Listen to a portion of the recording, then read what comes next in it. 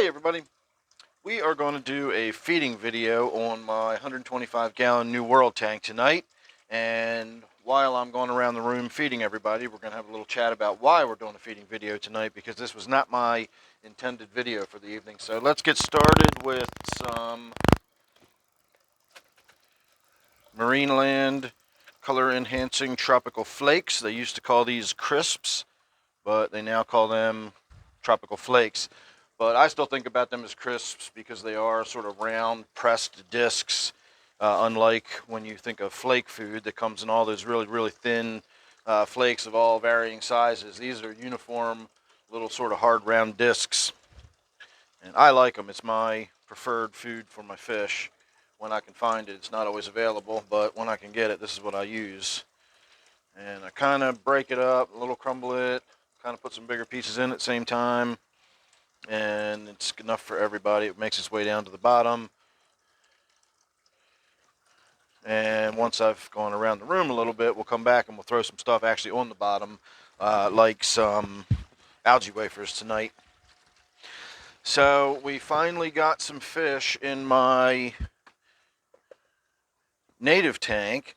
Went out to Graves Run today, did a little bit of dip net fishing, caught 2 different types of fish, and came home. I spent quite a while chopping it all up and editing into something that was worth watching. And after 2 hours of uploading, I got a message saying that something went wrong and it was just gone. So we've got to pretty much start from scratch. I've got to upload the videos again, and then I've got to start editing them again, and once I've done all that, I've got to upload it back to YouTube, and so that is obviously not going to be happening tonight. I'll probably get some time to do that tomorrow evening after work or something,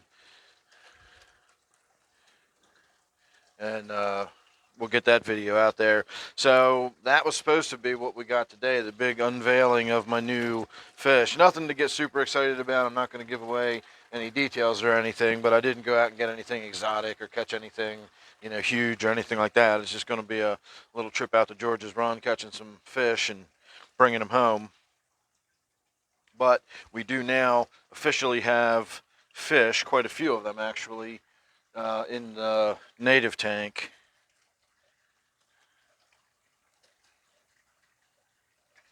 And for the first time in a while, I actually have to stop here at the native tank and sprinkle some food in there for everybody. My experience with the native fish, whether it's minnows or sunfish or bass or whatever, they very quickly take to eating prepared food. I don't know about bass, maybe. I don't know if I've ever tried to get bass to eat prepared food, like flakes or anything, but I know sunfish within hours of being in a tank will eat flakes, pellets, anything like that. So these are the high carry algae wafers, and I break these up into smaller chunks. The way I do that, if it's worth pointing out, is I just hold them. They're sort of flat on one side and rounded on the other. I just hold the 2 rounded sides back to back, and then you just squeeze and press them together, and it just sort of crumbles them up like that. And that way everybody gets a little bit.